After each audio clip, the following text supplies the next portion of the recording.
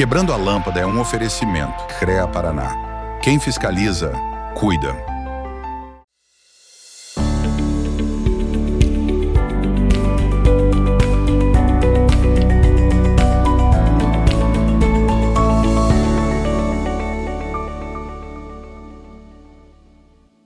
Tudo bem, meus nobres? Começa agora o Quebrando a Lâmpada, o programa que fala sobre inovação e cases de sucesso para quem quer pensar fora da caixa e transformar ideias em realidade. Este programa tem o apoio do CREA Paraná, Conselho Regional de Engenharia e Agronomia do Paraná, que fiscaliza e garante que obras, serviços e projetos sejam conduzidos por profissionais habilitados com ética e responsabilidade. O CREA Paraná protege a sociedade, valoriza a engenharia, a agronomia e as áreas tecnológicas, além de apoiar o desenvolvimento profissional e a inovação que transformam o Paraná. É do grupo Pumatronics também, que desenvolve soluções que atuam diretamente na sua vida, tornando rodovias e cidades mais seguras e eficientes, com sistemas de pesagem em movimento, pedágio eletrônico sem cancelas, sensoriamento climático e iluminação pública inteligente. O grupo contribuiu para reduzir acidentes, otimizar a mobilidade e melhorar a gestão urbana. É tecnologia aplicada à infraestrutura, gerando mais segurança, eficiência e qualidade de vida para a população. E eu sou Gilles Balbinotti e já peço para você nos seguir em nossas redes sociais, no Instagram, acompanhar o nosso canal no YouTube, no Spotify e não perder nenhum conteúdo exclusivo do programa.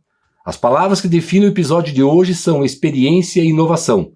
Estamos recebendo José Luiz Campagnolo, engenheiro civil com mais de 44 anos de atuação no mercado da construção civil, com foco em inovação, atua com BIM e engenharia de valor, antecipando soluções, reduzindo desperdícios e otimizando resultados ainda na fase de projeto.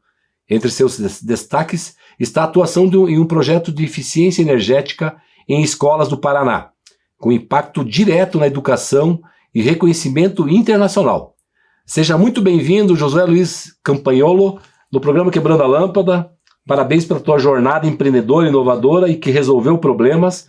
Então você que tem esse perfil que a gente tem conversado aqui no programa, perfil de profissionais que quebraram a lâmpada, transformaram ideias em ações concretas. Seja muito bem-vindo ao programa. Muito obrigado pela oportunidade.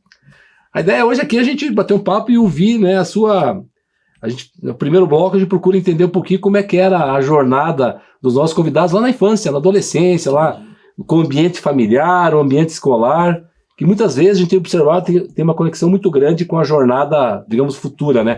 Certo. Como é que era o José Luiz lá na infância, hein? Então, construía os carrinhos de rolamento lá, fazia as pipas, Pandora, como é que era? Já tinha essa engenharia na veia?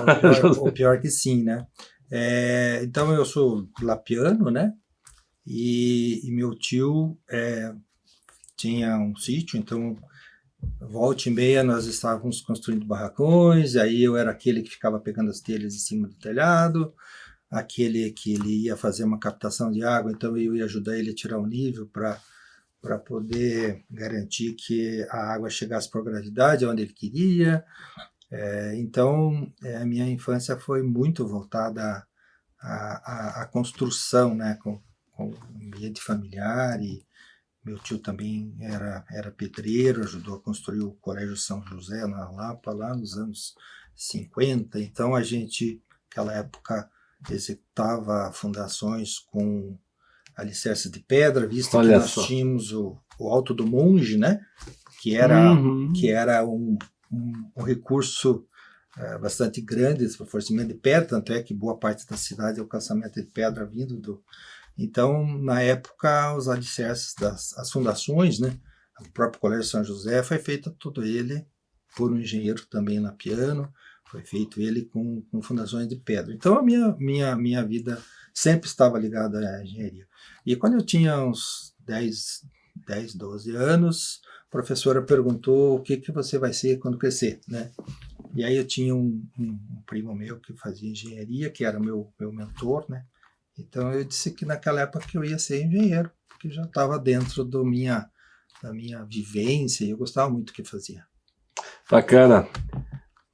Caminhou muito ali pelo caminho dos tropeiros, né? Porque ali Lapa faz parte do caminho dos tropeiros. Eu gosto muito de Lapa, tem que retornar lá. Fomos, né, com a família lá lá no Monge, lá na questão lá Uhum.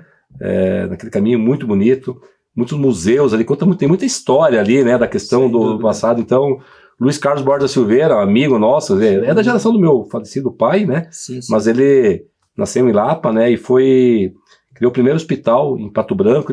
Daí fez a carreira política em Pato Branco, depois foi ministro da Saúde, Uhum. criou o Zé Gotinha. Então, a gente, todo Nós temos sábado... muitos lapianos importantes, né? É verdade. Ney Braga, né? Ney Braga também, vários ministros e governadores, inclusive, né? Também. O Ney Braga, inclusive, quando eu estava concluindo o ginásio na época, né? Ele já era ministro da Educação e nós fizemos um convite para ele para ser paraninfo da turma e nós ficamos muito contentes porque ele foi na nossa formatura. Então eu nunca esqueci essa fato de um ministro lá e ele era lapiano de carteirinha, assim, ajudou muito na restauração do Teatro São João, enfim, tem muitos lapianos. Eu não vou lembrar os nomes, eu tenho 2, 3 livros do Luiz Carlos Borda Silveira, um deles ele mostra, né, os lapianos, né, com essa atuação nacional, né, muito bom, muito bacana. A construção civil, José, a área de engenharia, nesses 40 anos aí, tu comentou um pouquinho já no início, né, as tecnologias, os modelos, né, e os métodos de construção mudaram muito, né? Mudaram bastante. Eu sempre brinco porque a gente, não sei se vocês sabem, mas nós temos hoje em São Paulo, da Saint-Gobain, o único laboratório de construção civil do Hemisfério Sul, né? E é muito interessante quando a gente vê o que esse processo de evolução tecnológica permitiu. Então, quando eu comecei a minha carreira, a gente tinha cimento comum ou cimento branco. Vou fazer um rejunto, um dos dois. Porém, não eram nem materiais preparados. Hoje, com a quartzolite do grupo Saint-Gobain, foram desenvolvidos inúmeros, né? E aí, as soluções daí de construção seca, né? Hoje nós temos o wood frame, temos o steel frame, né? A SCP na construção industrializada. Temos aqui também na Águia Florestal esse envolvimento da madeira engenheirada, que também está tomando corpo, né? Então, além de desenvolvimento dos próprios materiais, está havendo uma preocupação com a industrialização, né? Então, nós temos também a Araucária Tec Verde, por exemplo, que foi uma solução encontrada no desastre de São Sebastião, né? Onde foi permitido fazer uma construção rápida de extrema qualidade e desempenho para atender uma emergência, assim como poderá a construção da maneira como está hoje atender o episódio que aconteceu, infelizmente, aqui no Paraná, né? Então, a construção está mudando sobre o aspecto tanto tecnológico da composição dos materiais, como também dos sistemas construtivos, né? Saindo um pouquinho do artesanal, né? E dando mais, principalmente preocupado com o desempenho, né? Bacana. Nesse primeiro bloco a gente vai explorar um pouquinho, entender essa tua jornada, porque a nossa audiência é importante. O programa Quebrando a Lama tem esse intuito, um deles, né? É inspirar quem está assistindo, né? Sim. Quem sabe, gostei da jornada deles, vou por esse caminho, porque vários têm dito aqui também na entrevista, que tu acabou de falar, né? O teu mentor, né? Sim. A tua referência. Sim. É importante ter uma referência, além da referência do pai, da mãe ali, claro, mas a referência profissional. E então, se puder trazer algum case, né, nesse primeiro bloco, aí pra gente daqui a pouco encerrar o primeiro bloco, um case que tu vê como o teu case, o grande case teu profissional, que você gosta de contar, porque ali tem várias lições, né? É difícil nominar, mas São vários, né? Imagino, né? Mas enfim. Até nessas mais de 1.500 obras. 1.500 obras. A maioria eram construções residenciais. Sim. Eu era sócio numa empresa, a gente fazia residências em condomínio, Paraná, Santa Catarina e São Paulo, né? Então, à época, eu tinha 280 residências ao mesmo tempo. Então era aquele chinês... Simultaneamente. Chinês equilibrador de prato, né?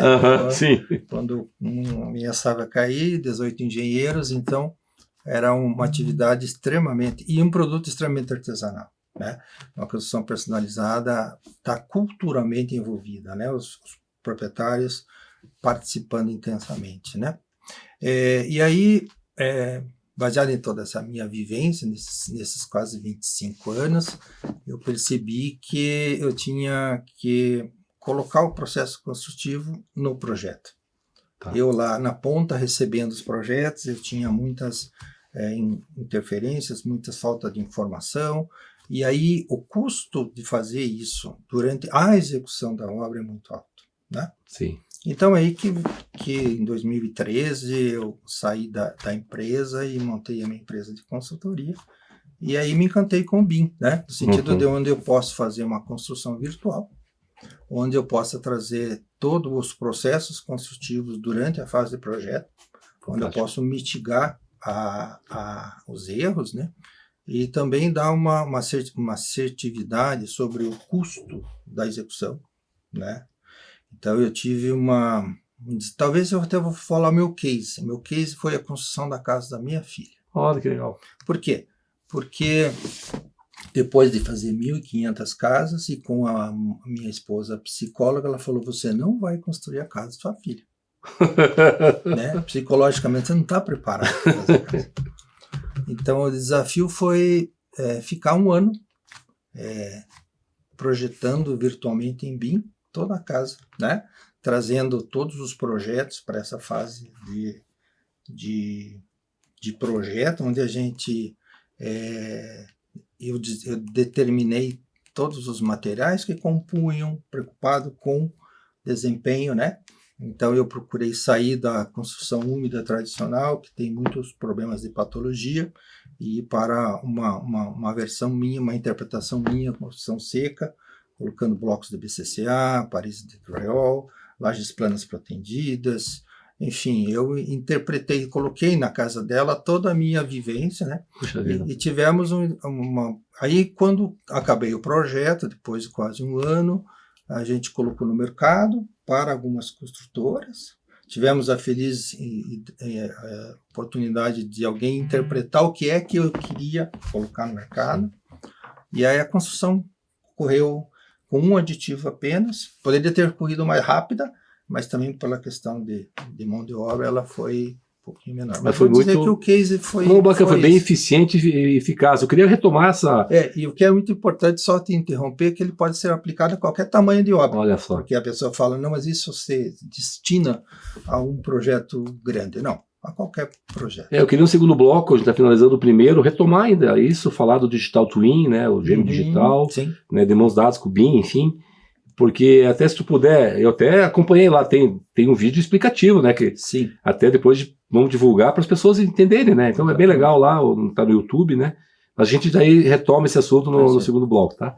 Não saia daí porque a nossa conversa está só começando, tem muito mais no segundo bloco, Quebrando a Lâmpada volta já. Cada vez que você volta do trabalho, que você se alimenta, cada vez que você viaja sozinho ou com a família, pega um ônibus, carro ou avião, sobe ou desce de elevador, cada vez que você pensa em qualidade ou na segurança de tudo aquilo que é produzido na cidade, no campo, nas indústrias, ou em tudo ao seu redor, em cada um desses momentos, existe o trabalho de milhares de engenheiros, geocientistas e agrônomos que, em conjunto com o CREA Paraná, são responsáveis por produtos ou serviços cada vez mais presentes no seu dia a dia. Há 91 anos é assim. CREA Paraná. Quem fiscaliza, cuida.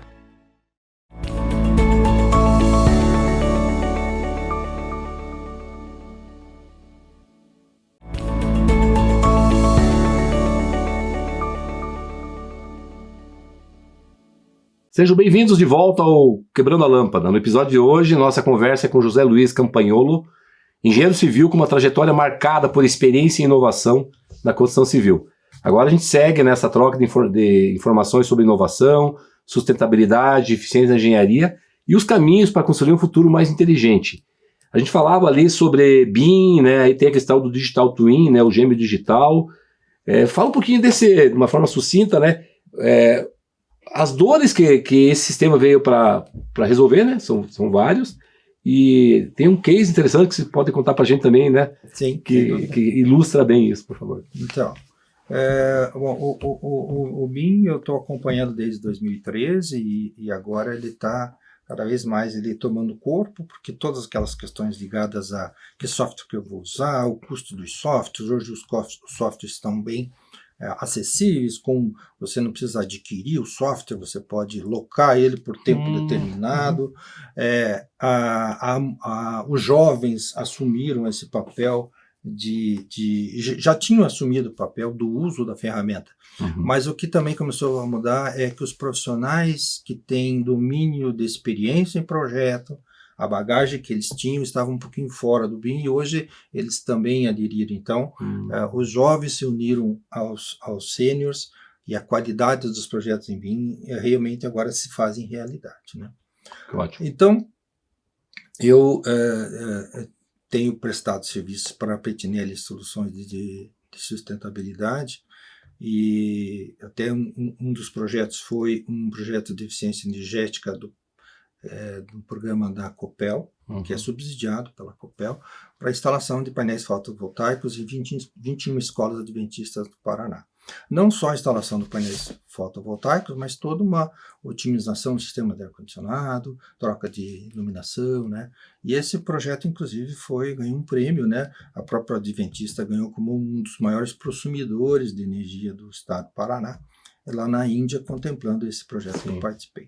E diante dessa minha proximidade com a Petinelli, o Guido tem uma proximidade com o presidente Clodomir e ele foi convidado a participar do retrofit do edifício Parigão de Souza, que é um edifício que o CREA comprou aqui no centro de Curitiba, que era a antiga sede da Itaipu Nacional, e aí nós partimos para...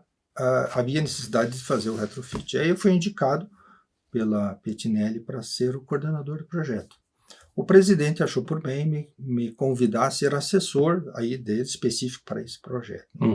E eu acho que é importante conceitualizar o que é uma reforma e o que é um retrofit. Sim. Né? A reforma são coisas simples, eu vou demolir paredes, eu vou fazer troca de tubulações, eu vou aumentar as esquadrias, muito voltado para a arquitetura. Já o retrofit está muito voltado para o desempenho, né? Eu vou aí colocar selos de sustentabilidade. E aí, dentro dessa minha vivência de BIM, eu procurei idealizar nesse projeto todas as dimensões BIM, né? Então aí nós falamos em BIM 3D, que é a parte da modelagem, da parte visual, da parte da informação dentro do projeto, o 4D, que é a parte do cronograma, 5D, que são as extrações de quantitativos, né? E aí tem dois que são mais voltados a processo, que é o 6D ligado à sustentabilidade, e o 7D, que é a parte de facilities, que é a parte do pós-obra da manutenção. Então aí eu tentei colocar na fase de projeto toda essa preocupação do berço ao túmulo do edifício, procurando dar um edifício que já tem 40 anos, mais 40 ou mais 50 anos de vida. Então você imagine o impacto que isso traz para a sociedade, você não demolir um edifício, né, no centro de Curitiba e você transformá-lo. Que bacana. Né? Então essa que é a grande interpretação do CREA, né? E que mostrar que é possível não só do ponto de vista de eu vou fazer uma reforma, não, a gente vai fazer um retrofit, né? Outra coisa, né? O presidente do CREA esteve aqui no Quebrando a Lâmpada, o Clodomir Ascari. É meu conterrâneo, né? Pato Branco, foi prefeito lá, né? Ele foi secretário, né? Secretário na época com o Agostinho, né? E ele falou, né? Brilhou os olhos quando ele falou desse projeto que estava, né? Estavam estudando, quer dizer, já está numa outra etapa agora, uma etapa já de início de trabalhos, mas que legal, que bacana. Essa relação também, especialmente sua, né, que é engenheiro, enfim, com o CREA, o que se pode falar, e não só nesse projeto, mas no contexto geral, importante, né, uma associação de classe como essa, né, Sem dúvida. Eu coloquei, quando eu fui convidado ao projeto, eu vi essa grande oportunidade de inserir dentro da instituição, né, essa interpretação do mercado privado, né, e tornar isso realidade dentro do projeto real, né. Então, acho que houve essa grande interpretação do presidente de poder trazer o mercado privado para um projeto de tanta responsabilidade. Então, é isso que a gente está procurando trazer. Aumentar a maturidade BIM dentro do CREA, trazer também a questão do movimentar, né, a questão da inovação, a questão por ser um órgão que tem toda essa pegada, né, de inovação. Como que está porque essa ferramenta vem para aumentar a produtividade, melhorar a eficiência, reduzir custos, ser mais assertivo, tu já trouxe isso. Como que está isso em termos de, pela tua experiência, né, porque você também convive com engenheiros, tem equipe, enfim, e também mais um ingrediente, né, ou seja, os engenheiros já formados, como é que eles estão em relação ao engajamento deles com a ferramenta, e as universidades estão preparando o engenheiro já para nessa ferramenta? Tá em fase? Tá na mesma página ou não? Como que tu vê isso? Se é que tu pode comentar um pouco. Sim, aí nós temos o BIM Fórum Brasil, né, que é um órgão que tem essa preocupação de transformar o BIM dentro. Mas a academia ainda está incipiente, né? Ainda estão engatinhando nas ferramentas, ainda discutindo soluções de software, né? Mas a iniciativa privada está cada vez mais... O mercado é mais rápido, né? Até porque, vamos falar sobre gestão de ativos, né? O governo federal já determinou tem uma lei que já obriga as autarquias, os poderes públicos a fazer projetos de BIM e fazer gestão de ativos. Né? Tem que estar no termo de referência lá, já é uma exigência, senão já vai barrar o Tribunal de Contas. Exatamente, e aí nós estamos com essa intenção de trazer dentro do 7D, que é o Facility, né? Trazer, já se antecipando dentro do CREA Paraná, essa questão de gestão de ativos. Né? Até porque nós temos a oportunidade de desenvolver o projeto em BIM, e aí, consequentemente, o GEM Digital vem com um coroamento de todas essas outras disciplinas. Eu queria trazer também... Claro, o BIM é uma ferramenta, mas queria que tu trouxesse a tua experiência, até as dicas, né? Muitos engenheiros acompanham o nosso programa, né? Empresários, enfim. As competências, né? As soft skills, especialmente as competências de gestão, para uma boa coordenação de um projeto. O projeto, entenda, né? O projeto, execução, né? Turnkey, né? Ou seja, entrega lá a chave lá pro industrial, lá enfim, para quem contratou, né, a obra. Como que tu vê isso? Como é que nós estamos em termos de maturidade dessas coordenações hoje? Porque gerenciar obras indiretamente ou diretamente gerenciar pessoas que vão fazer a obra. Como que tu vê isso? O que dá para melhorar? Enfim. Então, eu vejo a grande oportunidade do BIM é trazer isso para dentro do ambiente da gestão da construção virtual. Então, hoje nós temos uma preocupação, né? Com os softwares, né?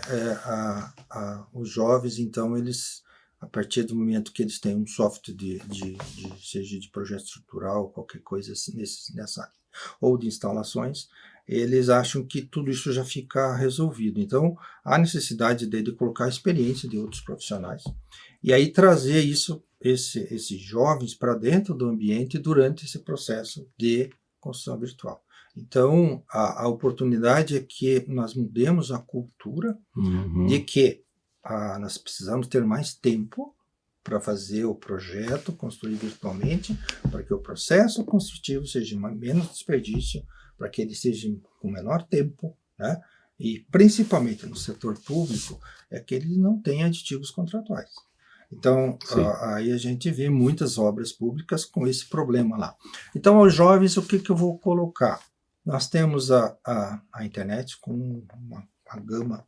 Você pode fazer cursos gratuitos, até inclusive muito importante. Na área de BIM, aqui as pessoas que estão estudando ou fazendo o mesmo nível de pós-graduação conseguem licenças completas, full, dos fornecedores de software para desenvolver qualquer ferramenta. Então, essa preocupação de ou usar um programa pirata, imagine, né? Mas poder usar uma ferramenta full dentro já na sua carreira profissional. Então, o que eu digo, conheça a ferramenta, mas também pense a engenharia. Então, infelizmente, pode ser uma preocupação que eu domino a ferramenta e eu sei engenharia. Não, a engenharia vem lá no arcabouço. Então, inclusive, eu quero fazer um relato que nesse resgate do retrofit, a Itaipu teve uma preocupação de guardar todos os projetos de 30, 40 anos atrás. E quando eu abri um relatório de sondagem, que foi feito pelo meu professor, né, com aquela qualidade no nanquim, Olha só. e aí eu fiquei, hoje eu não tenho essa qualidade. Com todos os recursos, não tem qualidade. Olha que interessante isso. Eu tenho porque ali ele colocou toda a preocupação dele, determinação dos furos, dos furos de sondagem, e também no próprio projeto estrutural. Nós temos as pranchas lá, todas elas em vegetal, mas aí também um nível de profissional. Então há que ter essa preocupação. Sim. Né? Eu tenho a ferramenta, eu tenho a documentação final, mas eu tenho que preocupar muito com a engenharia. E aí a engenharia na fase de projeto ajuda muito. Importante isso. A gente vai falar no próximo bloco sobre inovação e eu queria retomar um pouquinho isso. Essa formação que tem que ser de dentro do banco da universidade. Sim. Sabe, tem que ter essa visão sistêmica, né? Não é a técnica da engenharia, é a gestão também. Você tem que formar um gestor. Né? Isso também se aplica à questão da medicina, forma na técnica, mas tem que ter. Então a gente vai retomar um pouquinho isso também, tá? Bom. Já já a gente volta com mais insights e histórias inspiradoras que podem acender muitas luzes na sua cabeça. Fica por aí, o Quebrando Lâmpada volta já.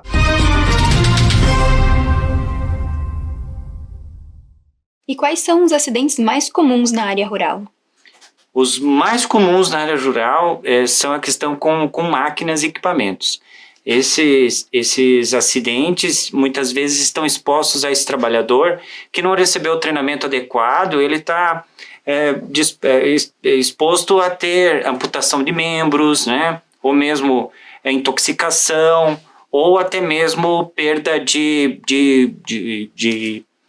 membros do corpo, né? Como pés, mãos e braços, né? Então esses acidentes são muito alarmantes no nosso estado.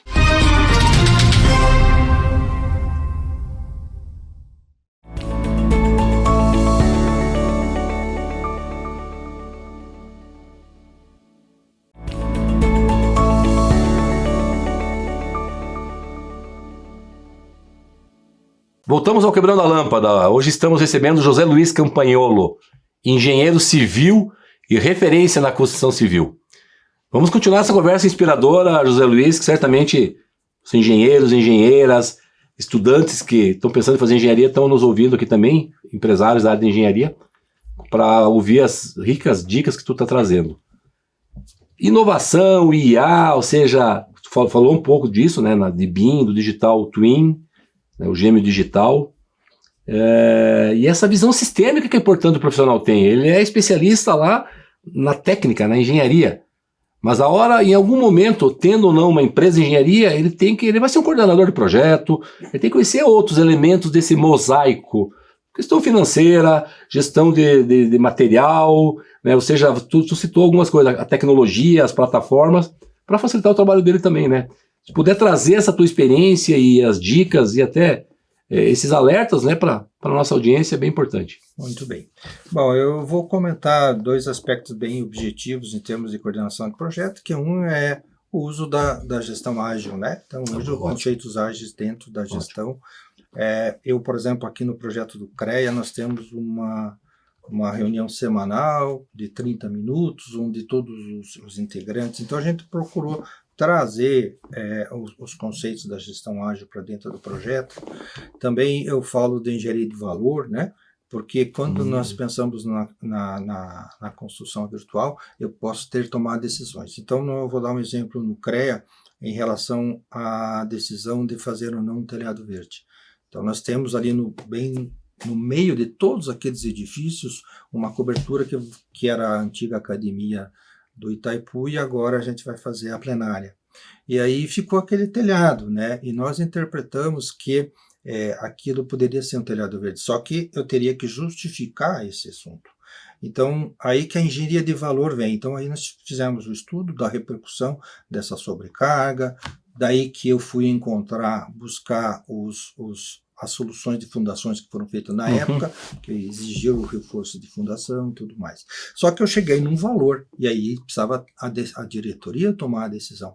E aí interpretou-se que com aquele telhado verde, independente do seu custo, ele tinha o valor de criar um espaço que não existia. As pessoas vão circular naquele telhado verde. Eu crio uma área construída onde era o telhado, sem com isso eu ter que extrapolar o limite da área construída, ou aumentar a área da prefeitura, né? Então, esse engenho de valor vem no sentido de não sair um pouquinho da frieza E hoje o BIM no 5D, né, permite uma extração de quantitativa muito rápida, a partir do momento que eu faço os projetos todos em BIM, os quantitativos vêm e eu dou mais assertividade. O projeto dá mais rapidez a tomar decisão nesse levantamento de custo. Você falou de IA, né, e tecnologia. Eu vou falar dentro dessa questão de inovação, o BIM desencadeia toda essa...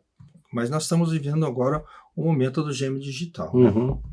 Então, hoje nós estamos aplicando isso no projeto do CREA, até por conta de procurar mostrar um case dentro dessa legislação, dessa obrigatoriedade da gestão de ativos.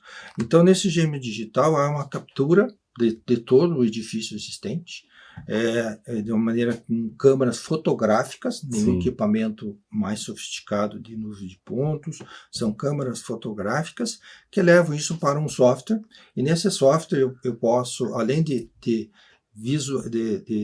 dimensionamento, tirar medidas, etc., eu posso colocar informações nos equipamentos existentes. Então eu posso, por exemplo, nós vamos manter a central de transformação.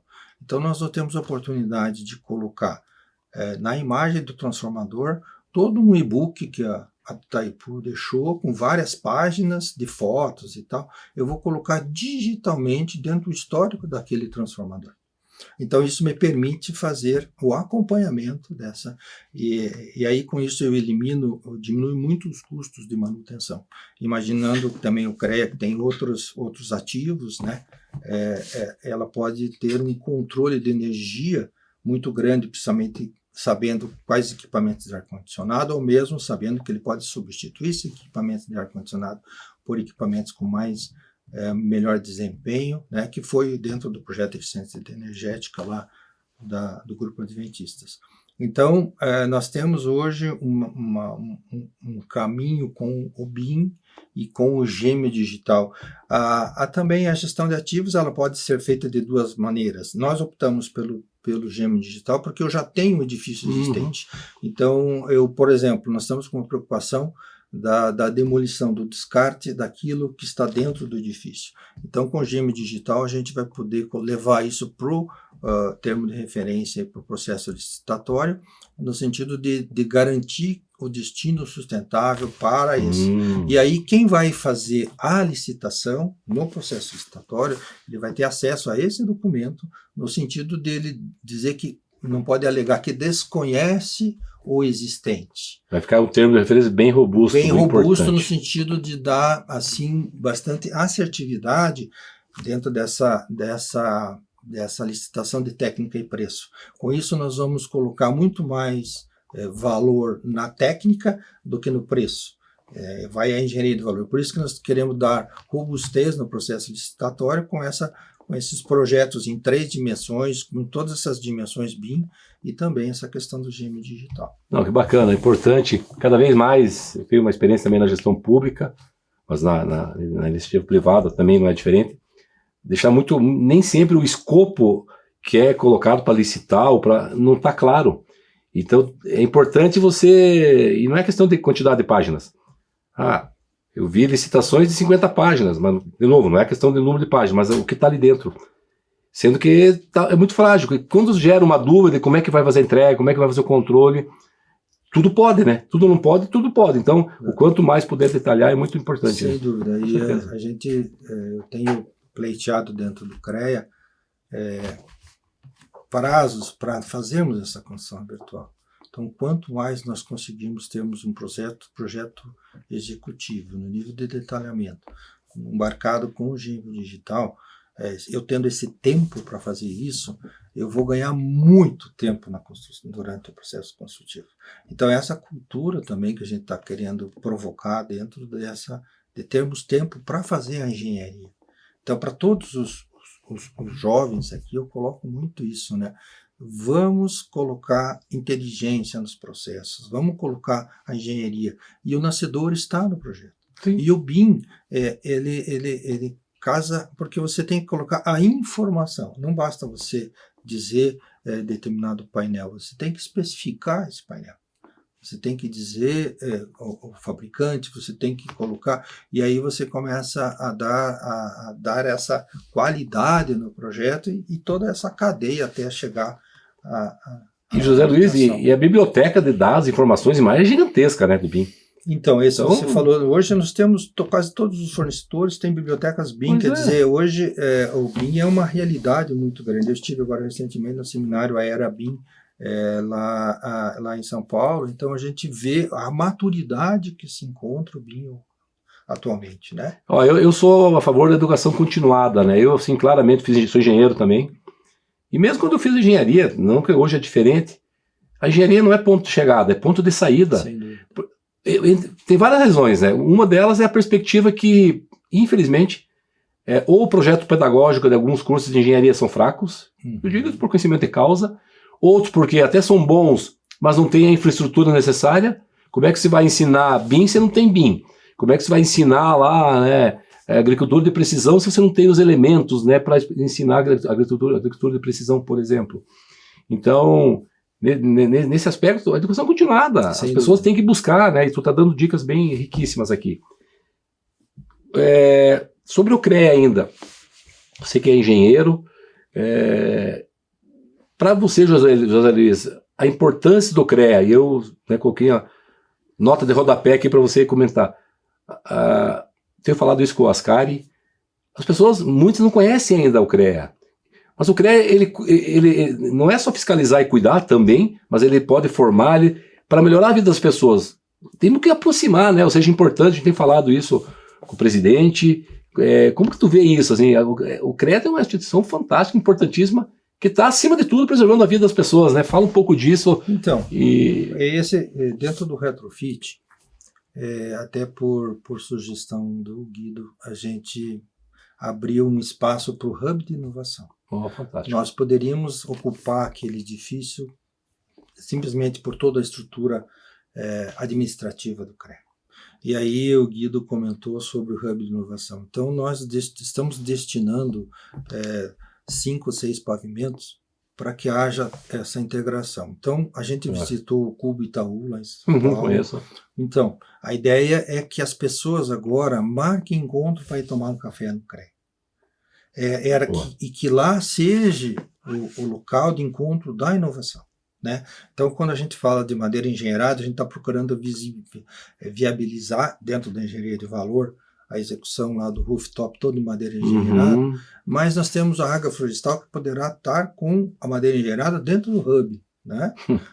Ou nós temos o próprio... Então, e nós temos tudo isso aqui dentro do próprio estado. Então, a ideia do hub é que tudo isso que você falou, que o CREA seja o local de encontro de tecnologia, de inovação, de engenharia, das mais diversas, né?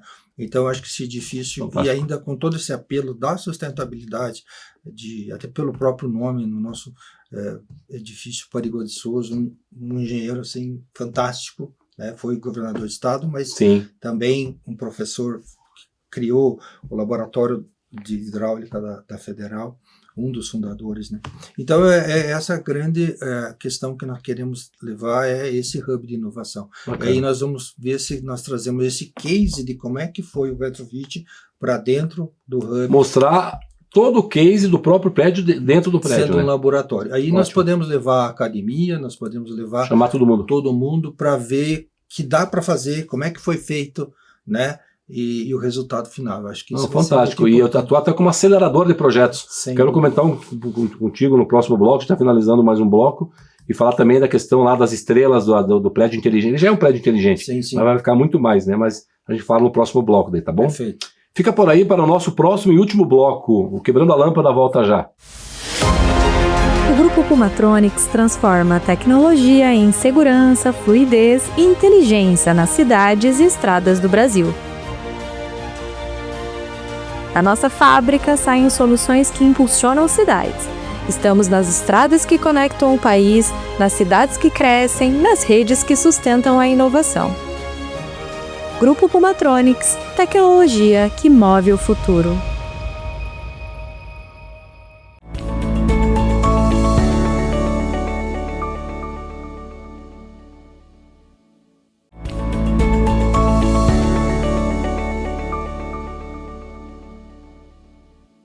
Estamos de volta ao último bloco do Quebrando a Lâmpada. Agora a gente vai falar de futuro.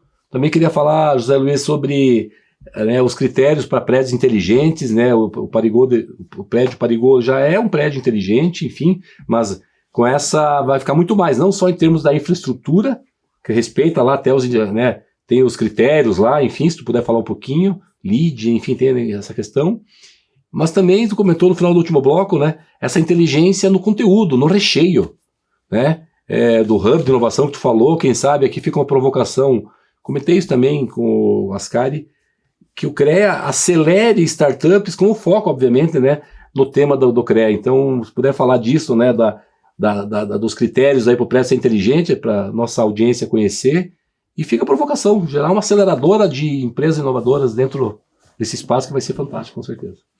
Dentro do aspecto de certificação, eu vejo uma situação muito importante, que é quando você decide fazer uma certificação, você cria um escopo de projeto, estabelece desempenho, que isso garante para o edifício durante toda a sua vida útil isso. Então, mais do que você ter um selo, e por isso que o mercado começou a valorizar as certificações. Então, no retrofit, a gente, justamente ele só é retrofit por ter certificação. A gente está buscando o LEED Platinum, Nós estamos buscando também o EL Platinum, que seria no bem-estar da ocupação. Nós estamos buscando zero água, nós estamos buscando zero energia. Ótimo. Então, estamos na fase de concepção, buscando isso. E sabe que depois vai para o processo licitatório. Então, a nossa grande preocupação é fundamentar o termo de referência e todo esse arcabouço para nós conseguir continuar isso na obra e depois na pós-ocupação. Sabemos que é um desafio muito grande. Sim. E esses processos licitatórios a gente tem que, por isso, termos a questão da técnica e preço. Então, a certificação, esses selos que a gente está já embasando os projetos com essa concepção, que para atender esses requisitos, os projetos já têm que ser validados para atender a esses requisitos, e depois temos uma fase de execução da obra e outra de pós-ocupação. Então, baseado na questão da inovação, eu acho que a gente está procurando nesse projeto mostrar uma realidade, seja no aspecto de certificação, que já está fundamentado, mas trazer esse espaço onde as startups, como já nós comentamos, vão ter oportunidades dentro do próprio CREA. Então, termos um ambiente com toda esse arcabouço de inovação, e que ali dentro prolifere mais ideias, e que a partir da experiência os jovens possam usar isso, e, enfim, a própria academia a gente espera que também use, de tal sorte que poderão fazer encontros, conhecer, vivenciar tudo que foi feito. O GEM Digital também a gente quer levar para a execução da obra, onde depois eu vou registrando tudo o que acontece durante a execução, que caso eu tenha algum problema lá, eu posso resgatar em que fase da obra aconteceu. Então, a gente queria um histórico disso tudo. Esse histórico vai ser disponibilizado, assim, uma coisa que eu acho muito legal quando eu vou fora do país, Centro Pompidou, na França, até vai ter agora o conceito aqui em Foz do Iguaçu, mas eu fui em outros museus também, na Europa, na Ásia, que tu vai lá, por exemplo, pegar esse caso aí, tem todos os trabalhos que estão fazendo. Tu vai lá no ambiente, tem todos os ambientes, mas tem um local lá, não seria museu, mas um espaço tecnológico lá, que através de vídeo ou de uma passagem, um circuito, tu acompanha como é que foi o trabalho. Tá previsto isso? Seria muito legal, porque esse Olha, trabalho de vocês, Então, para quem passar depois e que estiver pronto, conhecer como é que foi, né, a jornada. eu não tinha pensado dessa forma. Eu estava mais preocupado de adivinhar o problema lá de manutenção.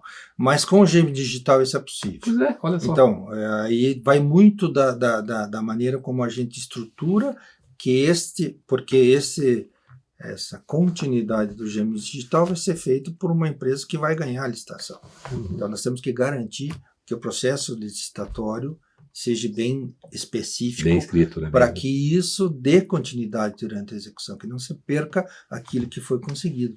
Mas, sem dúvida nenhuma, essa é uma grande oportunidade.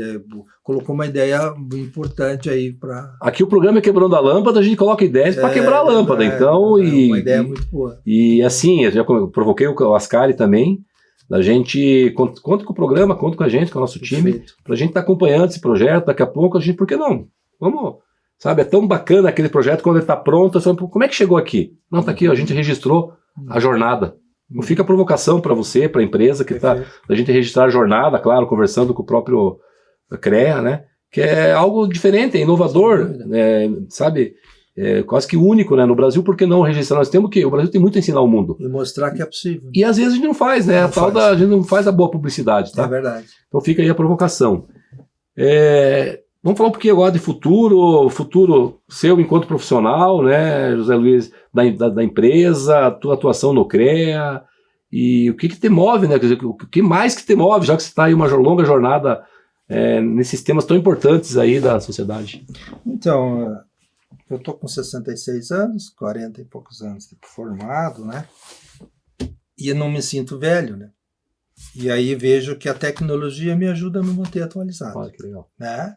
Então, para você ter uma ideia, essa questão de GM digital, eu tenho todo esse acompanhamento. Então, eu falo para toda a minha geração, de 60 a mais, aí, que já deixa de ser uma geração idosa, que tem que colocar toda essa senioridade, essa oportunidade, porque a gente ainda tem muita coisa. Então, eu às vezes me pego que eu vou parar, mas ao mesmo tempo surge um projeto, como surgiu o CREA.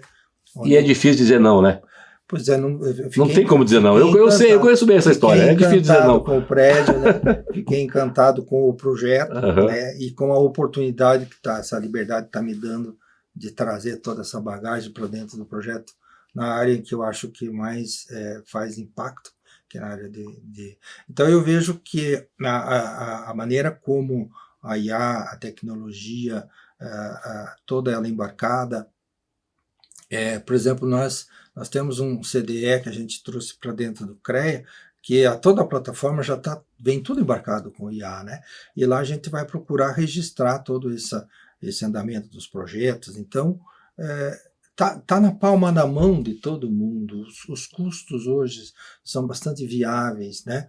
Há uma gama enorme de oportunidades em todas as áreas com a tecnologia. E vamos trazer a tecnologia para o lado positivo, né? Então, eu não sei como que vai ser o próximo projeto, porque eu estou indo na vertente da tecnologia. Enquanto a tecnologia me permitir que eu consiga acompanhá-la, né? E até o momento que talvez eu não consiga mais, porque aí, como diz o meu avô da minha esposa, o janeiro não está pegando, né? E aí, de repente, daí não consiga mais. Mas, enquanto isso, acho que, inclusive, muitas pessoas têm que entender dessa forma, né?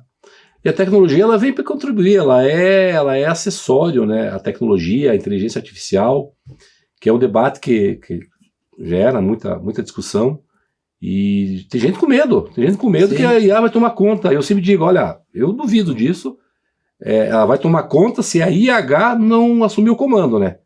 A inteligência humana tem que estar no comando, né, José Luiz? Eu acho que a gente prova que a gente tem a inteligência. Na engenharia, eu acho muito difícil substituir o engenheiro, porque ele vai trazer todo aquele arcabouço da sua experiência, né, da vivência da realidade, e aí essas mutações. Então, eu não só na engenharia, mesmo na área da medicina, com toda a robótica, todas as áreas.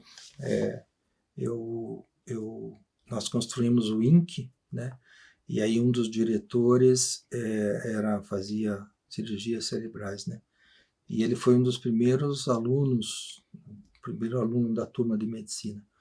E ele, na hora da cirurgia, ele fazia a conta de cabeça para ver se o computador estava certo. Então, para ter uma ideia de como... imagine você ser operado por aquele médico, mesmo com aquele robô, e por um outro pela capacidade que ele tinha. Conhecimento tácito, né? Sem dúvida. O conhecimento tácito também, eu penso exatamente que nem você, por mais que se transforme ele em explícito, o bolo que a nona fazia, ou que a mãe fazia, eu posso pegar a receita idêntica que ela escreveu, o bolo vai ser diferente. O bolo vai ser diferente porque tem o jeitinho lá da nona, deixou um pouquinho mais, um pouquinho menos, bateu mais a massa, é o conhecimento tácito. Tem o amor, né? Aí sem falar nisso. Exatamente. Aí não tem preço. Né? A gente está chegando ao final do programa, né? Como que as pessoas acompanham a obra, acompanham você, acompanham a empresa, LinkedIn, que se puder passar um pouquinho para quem quiser acompanhar e tá seguindo. Eu sou meio, apesar que domino as ferramentas, eu sou muito conservador na divulgação, até por conta de que eu acho que a instituição é que tem o papel.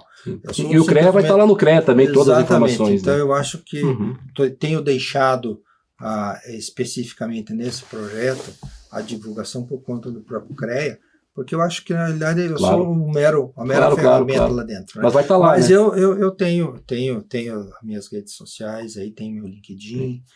Qual que é o LinkedIn, se puder? José Luiz. É José Luiz Campanholo. Campanholo. Tá bom. Tudo O LinkedIn é uma ferramenta muito boa, né? Pra Sem gente dúvida. dar essa vazão, essa divulgação, né? Tá bom. Olha, muito boa a conversa. Conta com o Quebrando a Lâmpada. Obrigado. E quem sabe uma hora dessa a gente vai lá também para acompanhar aí a obra, enfim. Pensa na aceleradora. Pensa em fazer esses registros aí que o próprio Gêmeo Digital pode ajudar, para depois, lá na frente, quando a obra estiver pronta, as pessoas acompanharem como é que foi esse processo, desde o ponto do kickoff do projeto até o final, que gera essa curiosidade, na verdade, né? Muito bem. Luiz, Obrigado. muito obrigado aí, parabéns pela tua jornada. Imagina. E conte com o Quebrando a Lâmpada, né? Nos siga lá, a gente tem entrevistas brilhantes, né? E que agregam muito valor, assim como foi a que você também Muito obrigado. trouxe aqui de informações para nossa audiência. Muito obrigado. Tá bom? Até mais. E assim a gente encerra mais um episódio do Quebrando a Lâmpada. Agradecemos ao nosso convidado, José Luiz Campanholo, e a você que nos acompanhou até aqui. Este programa tem o apoio do CREA Paraná, Conselho Regional de Engenharia e Agronomia do Paraná, a quem eu agradeço demais, né? Conosco desde o ano passado. Né? Obrigado, CREA, obrigado ao presidente, a todo o time, que cada vez mais essa informação importante do CREA está chegando lá na ponta, em cada gestor público no município, em cada engenheiro, em cada munícipe, né, do estado do Paraná, porque o CREA está justamente para preservar a saúde, preservar a vida de todos. Obrigado ao Grupo Pumatronic, Silvio Calisto, né, que está conosco também desde o início, desde o programa número 1, que é o grupo que desenvolve soluções que atuam diretamente na sua vida, tornando rodovias e cidades mais seguras e eficientes. Não deixe de nos seguir nas redes sociais, no Instagram, acompanhar nosso canal no YouTube. Faça a tua inscrição no YouTube, tá? E os programas estão lá, os cortes, trabalho fantástico aqui, que eu queria agradecer a Isabelle e todo o time, para mostrar, né, as várias mensagens que cada programa, cada episódio traz. E no Spotify também. E você quer aparecer aqui no Quebrando a Lâmpada? Algumas pessoas já estão enviando as fotos. Manda essa foto assistindo o programa, nos marque nas redes sociais, faça parte desse ecossistema de inovação, de pessoas que querem contribuir, resolver problemas, pessoas que querem transformar a ideia que está aí na sua cabeça, transformar essa ideia em algo concreto, em uma solução concreta e que venha realmente agregar valor e a gente cada vez melhorar a vida nas cidades, na área rural, nos nossos municípios, melhorar a sociedade. É esse o propósito do programa Quebrando a Lâmpada, mostrar jornadas de mentes brilhantes e pessoas que transformam a vida para melhor, assim como foi a jornada do José Luiz. Continue seguindo o programa Quebrando a Lâmpada. Venham conosco, divulgue o programa para o seu entorno, para os seus contatos, né? Assista os outros programas também, não tem problema nenhum. Mas deem uma atenção ao Quebrando a Lâmpada. Esse programa veio para contribuir. É o nosso showroom de mentes brilhantes de soluções tecnológicas. Tá? Muita paz e felicidade para você. Siga o programa Quebrando a Lâmpada e até o próximo episódio. Tchau. Pessoal, faça como eu.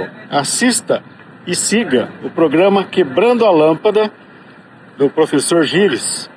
Estou aqui na Tesla hoje e mais um momento importante de aprendizado aí. Estou aqui na Califórnia, Estados Unidos. Grande abraço aí, Gilles, e todo o pessoal que assiste o programa Quebrando a Lâmpada.